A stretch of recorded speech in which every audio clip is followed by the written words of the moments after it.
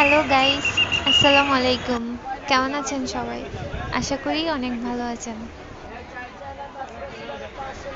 চলে আসছি নতুন আরেকটি ভিডিওতে।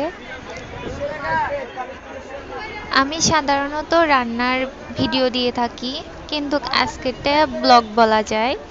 আমি আর আমার হাজবেন্ড একটু বের হয়েছিলাম শনিবারে।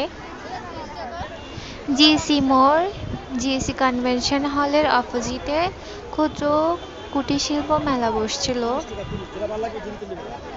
পুরো নভেম্বর মাস নাকি এর মেলাটা থাকবে। তো আমি ওই দিন জিজ্ঞাসা করছি আর কি, একজন বলছে আপনার ফ্রাইডেতে শেষ হয়ে যাবে। তো এখানে আমি নেল পালিশ দেখতেছি, বিভিন্ন রকমের জুয়েলারি দেখতেছি, 30 টাকা করে ছিল। তারপর অনেক রিজনেবল প্রাইজে ছিল। তো আমার সবগুলা স্টলে ঘোরা হয়েছে। হ্যাঁ, অনেক জায়গায় অনেকটা স্টলে রিজনেবল প্রাইজে ছিল, আবার অনেকটা স্টলে অনেক দাম ছিল, 50-50 বলা যায়। আবার অনেকগুলা স্টলে ওরা ফিক্সড প্রাইস করে দিছে। জুতোর দোকান, তারপর হিজাবের দোকান, অনেকগুলা কাপড়ের দোকানও ফিক্সড প্রাইস করে দিছে। এই মেলাটা পুরো নভেম্বর মাস জুড়ে থাকবে, আগামী শুক্রবারই শেষ হয়ে যাবে। তো আপনারা চাইলে যাই ঘুরে আসতে পারেন।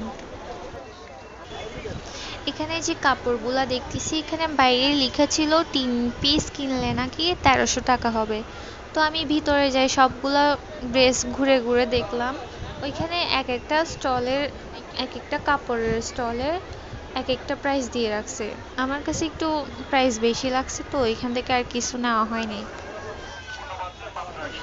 তো এই দোকানটাতে আপনার বালিশের কভার, তারপর পাপোশ, বেনারসি, বেডশিট এগুলো পেয়ে যাবেন। সব ধরনের জিনিস আছে এই মেলাটাতে।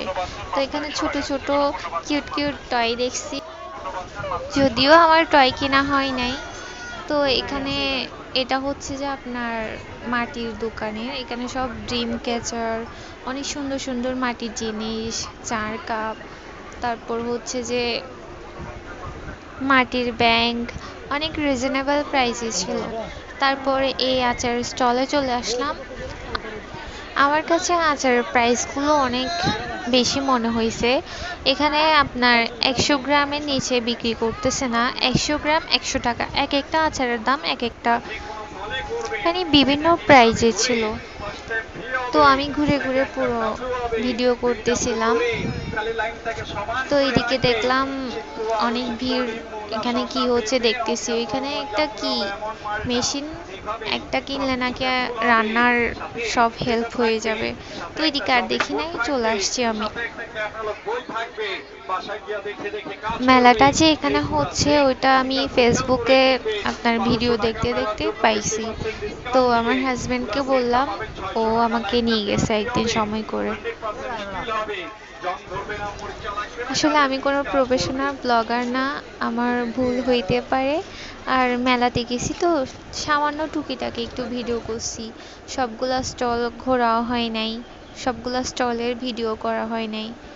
তো এখান থেকে চলে গেছি চেরাকি পাহাড়ের ওইদিকে পিৎজা বার্গে, ডিসি হিলের ওইদিকে চেরাগি পাহাড়, ওইখানে গেলাম পিৎজা বার্গে 4 তলায়। এটার আপনার 3 তলায় একটা আছে, 4 তলায় একটা আছে। 3 তলায় যারা ফ্যামিলি নিয়ে তারপর ফ্রেন্ডস নিয়ে যায় তাদের জন্য 3 তলায়, আর যারা কাপল যায় তারা 4 তলায় বসে। আমরা যেহেতু কাপল ছিলাম তাই 4 তলায় বসছি।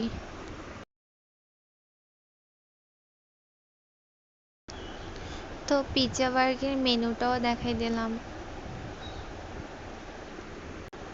আমার আসলে 3 তলাটা দেখা হয় নাই, না হলে ওইটারও ভিডিও ক্লিপস নিয়ে নিতাম। আমরা যেহেতু কাপল ছিলাম তাই 4 তলায় বসছি।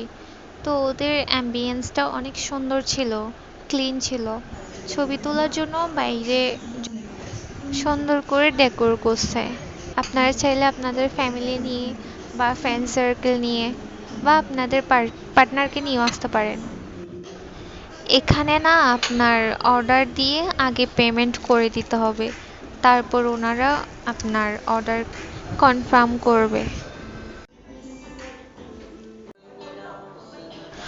ওনাদের ফুডের কোয়ালিটি ভালো ছিল।